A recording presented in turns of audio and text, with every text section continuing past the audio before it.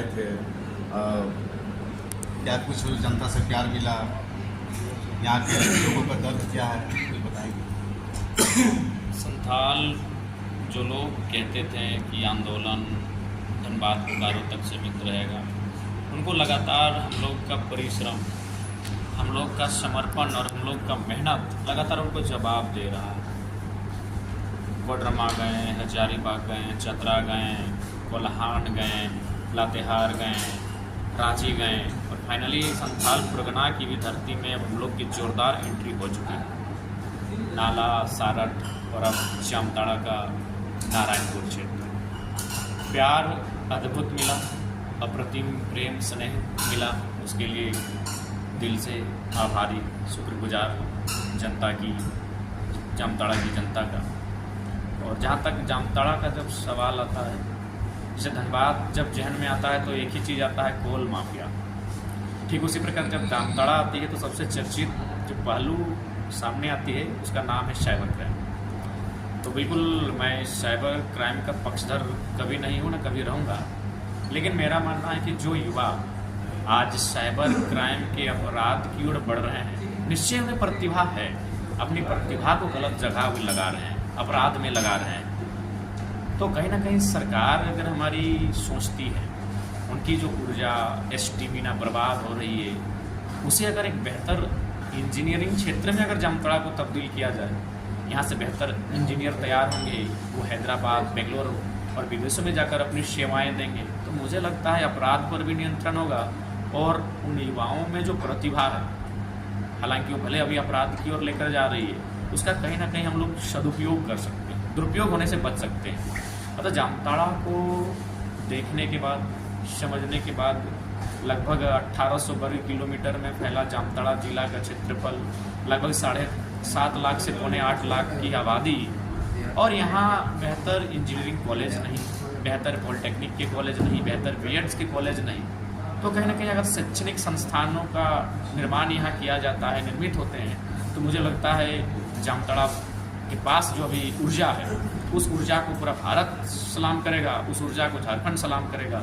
इसलिए मेरा मानना है जामताड़ा को एक आईटी सेक्टर के रूप में डेवलपमेंट करने का यहाँ के स्थानीय जनप्रतिनिधियों को प्रयास करना चाहिए। दादा, यहाँ के लोग जो हैं वो लगातार स्थानीय विधायक के द्वारा ठगे गए हैं। ये एक बहुमूल्य क्षेत्र है, बहुत बड़ा क्षेत्र है, और यहाँ पर क्या क्या जरूरत आपको देखने को मिला जनता के सबसे द्वारा? पहली बात जो जानकारी एकत्रित की कि धनबाद में जो खटने वाले मजदूर जो बसों में ऊपर हुड में बैठकर जाते हैं, छोटी छोटी गाड़ियों में बहुत ओवरलोड होकर जाते हैं, वो जामताड़ा से होते हैं, टुल्ली से होते हैं। जो जामताड़ा की बात हो रही है तो जामताड़ा पे बात करते हैं, यानी रोजगार की समस्या है। गोविंदपुर के प्राइवेट अस्पतालों में जामताड़ा के लोगों की काफ़ी भीड़ एकत्रित हो जाती है, तो ये तो स्वास्थ्य की समस्या। चूँकि यहाँ की बहनें भी या तो इधर आपका दुमका शैक्षणिक संस्थान या फिर धनबाद जाती है, यानी शिक्षा की पुरुषों में भी और महिलाओं में भी जो शैक्षणिक समस्याएं हैं वो दिखी। तो कुल मिलाकर जामताड़ा की जो समस्याएं दिखी, पर कहीं ना कहीं लोग अभी आंख बंद करके बैठे हैं। यहाँ सांसद, यहाँ विधायक और इसी क्षेत्र से राज्यसभा सांसद हैं, तो उसके बावजूद अगर जामताड़ा की समस्या का निराकरण नहीं हो पा रहा है या फिर प्रयास नहीं किया जा रहा है, स्पीकर भी इसी क्षेत्र के बगल के, तो ये कहीं ना कहीं उदासीन पॉलिटिक्स, सेडनेस पॉलिटिक्स का परिणाम। और दादा, ये जैसे बाराबंदिया पुल का बात हुआ था, मुझे लगता है हमारा बहन घर भी वहीं पर है, श्यामपुर में, और पुल को आज करीब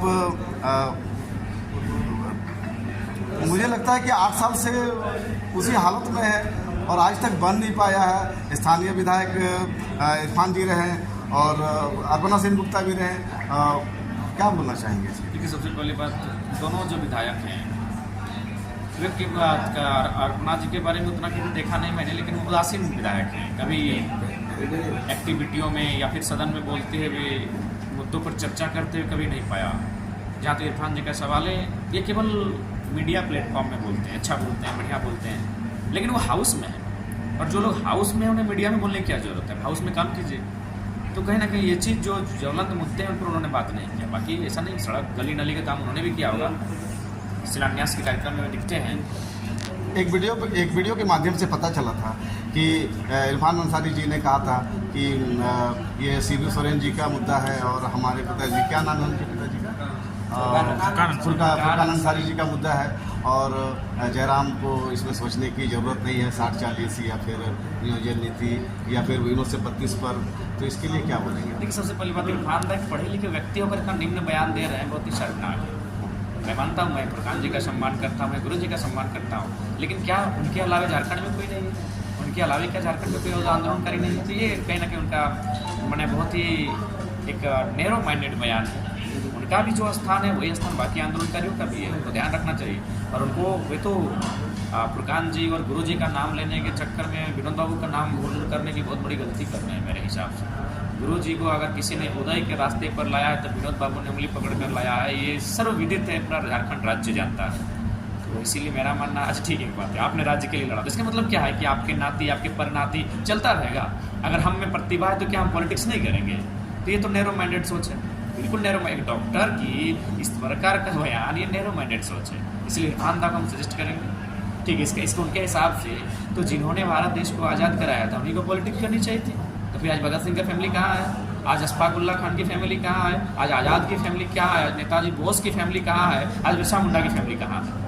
अगर जिनको ये लगता है कि जो झारखंड आंदोलन के लिए फाइट किए, पहले बात तो मैं भी, अगर आंदोलन की बात तो मेरे पिताजी भी शहीद हैं, लेकिन मैं उसके अलावा भी मैं उनका भी समर्थन करूंगा। जो ठीक है, उनके पिताजी झारखंड आंदोलन के आंदोलनकारी नहीं है, लेकिन इस झारखंड के निवासी है तो उनका भी पॉलिटिक्स में मतदार बनता है। आप अपने फैमिली के लिए लड़े थे, अच्छा गुरु जी के अपने परिवार के लिए लड़े थे, इसका मतलब यही बताना चाहते हैं कि गुरु जी फुरकान जी अपने परिवार के लिए आंदोलन किए हैं, इसीलिए फुरकान जी के स्थान पर इरफान जी और गुरु जी के स्थान पर हेमंत जी करके रखेंगे, बाकी लोग कुछ नहीं कर सकते। यही बयान मांडू के भी विधायक दे रहे हैं कि हम आंदोलन, जो लोग जयप्रकाश पटेल भी यही बयान दे रहे हैं। इसका मतलब ये क्या कि जिनके पिताजी आंदोलनकारी किए हैं उनका बेटा उनका नाती वही लोग पॉलिटिक्स करेगा। ये नैरो माइंडेड सोच है, बिल्कुल नैरो माइंडेड सोच है, ये घृणित सोच है। जिनमें प्रतिभा वही पॉलिटिक्स कामयाब करेंगे, क्योंकि जो आंदोलनकारी हैं वो अपना बेटा के लिए झारखंड को अलग नहीं किया है कि इरफान बेटा मेरा विधायक बनेगा और हेमंत बेटा उनका विधायक या मंत्री बनेगा। झारखंड की जनमानस के लिए आंदोलन किया था, उस जनमानस में जयराम महतो भी आता है, आप भी आते हैं, ये भी आते हैं, ये भी आते हैं, और इनमें भी अगर क्षमता है तो ये भी पॉलिटिक्स करेंगे। न इरफान तक को दिक्कत होनी चाहिए, न उधर जयप्रकाश पटेल को दिक्कत होनी चाहिए। एक बहुत बड़ा सवाल, जैसे कि राज्य में गरीब स्वास्थ्य को लेके, इलाज को लेके मर रहे हैं। मेरे घर में भी एक ऐसा आदमी है जो पैसे के लिए अपना इलाज नहीं करवा पा रहा है, मैं खुद ये बयान देता हूँ। आप उन गरीबों के लिए क्या बोलना चाहेंगे जो आज बेइलाज मर रहे हैं इस झारखंड में? देखिए, मेरा मानना है आज कहीं ना कहीं सुंदरी विधायक के साथ साजिश हुई है। आज वो शख्स मुझे लगता है 45 के आसपास उनकी उम्र थी और उस उम्र की पड़ाव में एक बीमारी का सामना करना कहीं ना कहीं उनके साथ पॉलिटिकल साजिश हुई है। हालांकि ये भविष्य में पता चलेगी, लेकिन मैं सबसे पहले प्रार्थना करूँगा, आपके चैनल के माध्यम से मैं दुआ करूँगा कि वो शख्स जल्द से जल्द स्वस्थ हों। और जहाँ तक स्वास्थ्य की बात है तो चाहे विधायक रहें, सांसद रहें या मंत्री रहें, वही नज़रिया जनता के प्रति भी सत्ता में बैठे लोगों को रखनी चाहिए। गरीब तो मर रहे हैं ना दादा, तो इसके लिए कहीं बेइलाज मर रहे हैं हमारे झारखंड में, मुझे पता है। इसके लिए हमें हमारी जो स्वास्थ्य की नीति है, आज जो हमारे स्वास्थ्य की हालत है, अस्पतालों की हालत है, या डॉक्टर जो लोग उनकी सोच है, उनमें काफ़ी बदलाव करने की आवश्यकता है। उसके लिए कहीं ना कहीं जो स्वास्थ्य विभाग के मंत्री हैं उन्हें कड़े एक्शन लेने की, कड़े तेवर दिखलाने की आवश्यकता है। पीएमसीएच की भी हालत ठीक नहीं है, बहुत बुरी है। मैं भी गरीबों को देखा नहीं जाता है। बिल्कुल मैं भी एडमिट रहा हूँ, लगभग 12-15 दिन में एडमिट रहा हूँ। मैंने अनुभव किया है, आज SNMCH के नाम से जाना जाना, मैंने भी अनुभव किया है। झारखंड की गरीब जनता को आप क्या आश्वासन देना चाहेंगे, क्या करेंगे उनके अगर आएंगे तो? गरीब जनता, गरीबी से मुक्ति का जो स्रोत है उनमें एक शिक्षा।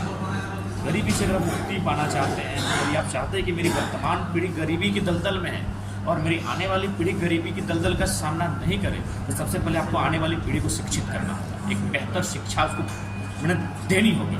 और उसके बाद आज के डेट में जो सबसे बड़ा हथियार है, नेल्सन मंडेला ने भी कहा था कि गरीबी को अगर मिटाएगा कोई तो शिक्षा मिटाएगी।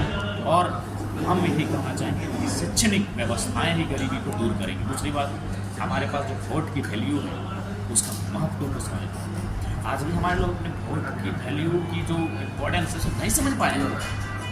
वोट की वैल्यू का मतलब है कि चुनाव के ठीक 2-3 दिन पहले रात को किसी होटल में बियर, मुर्गा, शराब, कुछ नगद पैसे, मौज मस्तियाँ ये समझ के रखे हैं। जिस दिन वो अपने वोट की वैल्यू को एक गरीब आदमी समझेगा डेवलपमेंट का, उसके बाद गरीबों में थोड़ी हिम्मत गिरानी। कहते हैं ना कि अमीरों को ज़रूरत नहीं है, नहीं अमीरों को, हाँ मिडिल क्लास को फुर्सत नहीं है, अमीरों को ज़रूरत नहीं है और गरीबों को हिम्मत नहीं है। तो गरीब को हिम्मत करना, वो बहुत डरा सा हमारा आता है, उसे टकराना होगा, सत्ता से टकराना होगा, विभाग से टकराना होगा, अपनी आवाज़ को बुलंद करना होगा और जो लोग उनकी आवाज़ उठाते हैं उसका समर्थन करना। आपने कहा कि लेकिन गरीब का थाली बदहाली में तो मतलब तय है, मर ही रहे हैं, रोज मर रहे हैं, दुर्घटना से, घटना से, साजिश से, सरकार की गलत नीतियों से, प्रशासन विभाग की गलत नीतियों से रोज मर रहे हैं। तो मरने से पहले क्यों ना एक बार हिम्मत करें, मुकाबला करें। वो जो डर है हमारे अंदर कि केस कर देंगे, उस केस से सामना करने, जो केस करेगा उससे आँख मिलाने का कि देखते हो कैसा केस करता है। ये हिम्मत आज गरीबों को करनी होगी, नहीं तो धीरे धीरे से समय बढ़ेगा। अंग्रेज़ों ने जो गुलाम बनाया था ना, उससे भयानक गुलामी की तैयारी देश में चल रही है। जो अंग्रेज नहीं कर पाए, ये वर्तमान के हुक्मरान उससे बदतर गुलामी की तैयारी में है। सबसे पहला इनका टारगेट है कि जितना भी खेत खलिहान, उपजाऊ जमीन, उनमें सड़क बनाओ, उनमें फैक्ट्री लगाओ और जो किसान, जो गरीबों के पास एक साधन है उसकी ज़मीन, जहाँ वो कम से कम 2 वक्त की रोटी तैयार करता है, अनाज तैयार करता है। अब टारगेट उसकी ज़मीन पर है। कृषि कानून उसी का उदाहरण था। ये तो 700 किसानों की शहादत के बाद कृषि कानून वापस हुआ। अब उद्योगपतियों की टारगेट, पॉलिटिशियन की टारगेट गरीबों की ज़मीन है। और बिल गेट्स ने बता दिया कि ज़मीन से बड़ा कुछ भी नहीं होता है। उस शख्स ने 1000 वर्ग किलोमीटर में ज़मीन खरीदने का काम किया है, जो जामताड़ा जिला के आधा होगा, धनबाद जिला के आधा होगा। तो गरीब को टकराना होगा, गरीब को हिम्मत करना होगा। आप अगर आते हैं तो यहाँ के गरीबों के लिए सबसे पहले ज़मीन सुधार कानून, दूसरा जो यहाँ की शैक्षणिक व्यवस्था है उसमें सुधार करेंगे, जो सिलेबस है, जो भी शैक्षणिक प्रक्रियाएं हैं उनमें सुधार करेंगे। स्वास्थ्य की परिचर्चा होगी, उस पर लेकर एक्शन लिया जाएगा। जो हमारे छोटे छोटे उद्योग हैं, जो गांधी भी उद्योग का समर्थक थे, छोटे छोटे उद्योग, लघु उद्योग, वन उद्योग, कुटीर उद्योग, इनसे रोजगार का सृजन होगा। और जब रोजगार का सृजन होगा तो युवाओं की हताशा कम होगी, युवाओं के जेब में जब आर्थिक उन्नति होगी तो युवाओं का ध्यान भटकेगा नहीं। सब चीज़ों पर आपने अभी शिक्षा की बात की थी, तो अब आप दिल्ली भी गए थे और पता चलता है कि दिल्ली में इतना सुंदर शिक्षा का सुविधा है कि प्राइवेट स्कूल छोड़कर लोग वहाँ शिक्षा मतलब प्राप्त करने के लिए अपने बच्चों को भेजते हैं। क्या कर पाएंगे आप ऐसा? दिल्ली सर जी बिल्कुल हो सकता है, क्यों हो सकता है, क्या बात बताइए। दिल्ली में जो है वो भी एक इंसान है, बस नेता की नीयत अगर साफ होगी तो नीति बनेगी। नमस्कार, आदाब। चलिए।